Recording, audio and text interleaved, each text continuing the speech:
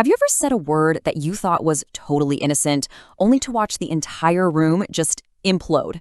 Well, today we are diving deep and solving the mystery behind one of the most silly-sounding but surprisingly complicated phrases out there, hanky-panky.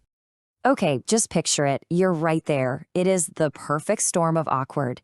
To your great aunt, hanky-panky probably means a little harmless flirting. To you, it could mean somebody stealing from the company. And, to your nephew, who is now frantically Googling it under the table, well, he's in for a surprise. And that's the real mystery here, right? How can one goofy phrase mean so many different and genuinely important things all at once? So, to figure this out, we've got to become detectives. We have to go back in time. Our investigation kicks off with the very first clue as we trace this word from its pretty surprising magical beginnings all the way to its modern mischievous self. What's just wild is how quickly this word changed its costume.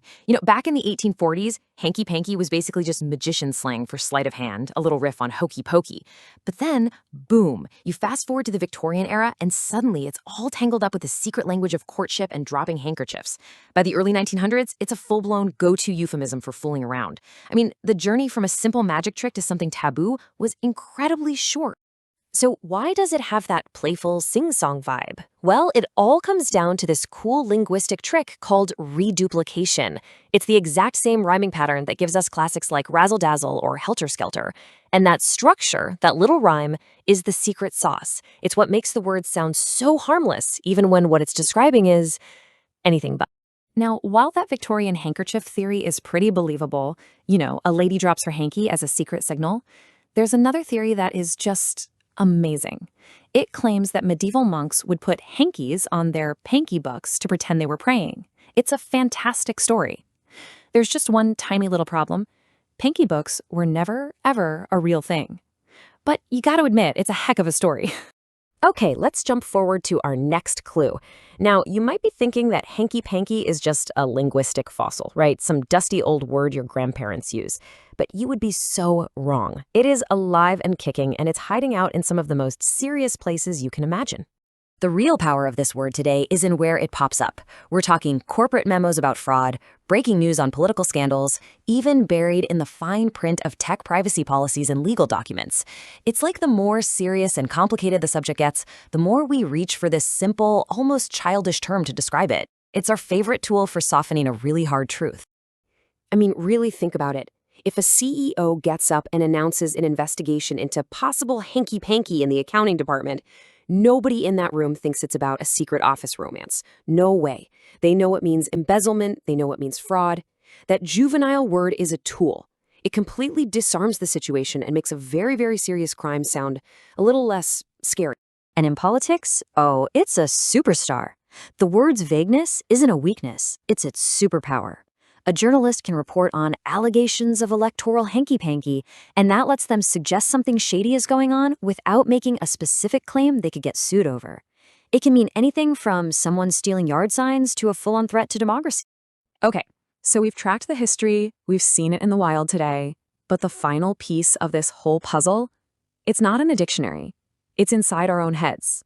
We have to look at the psychology of why our brains actually love these silly-sounding words.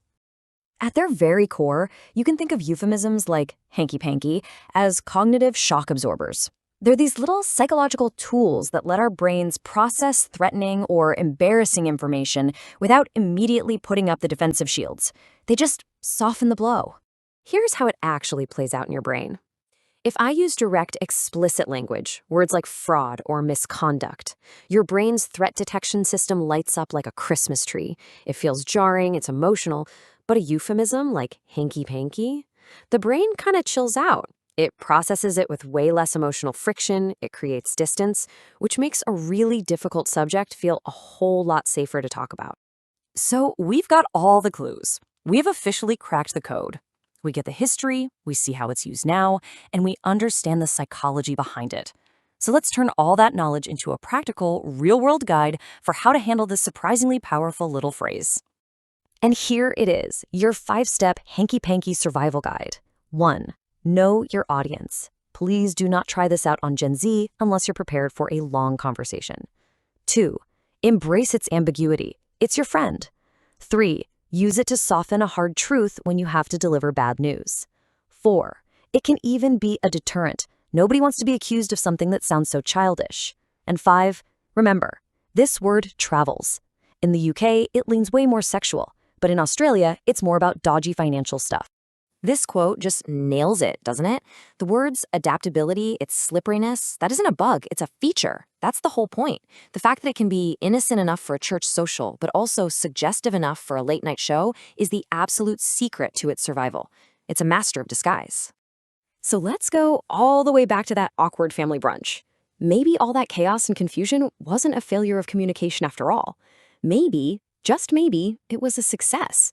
Maybe that silly word acted as this weird, playful bridge between generations, letting everyone talk around a sensitive topic without ever having to be too specific. Sometimes connection happens because of the confusion, not in spite of it. And all of this leaves us with one final and really important question to chew on. We've seen how useful Hanky-Panky can be as a social tool, as one of those cognitive shock absorbers. But when does it go too far? When does using a playful word to describe something serious stop being a clever social lubricant and start being a dangerous way to downplay real harm? That's the line we all have to think about.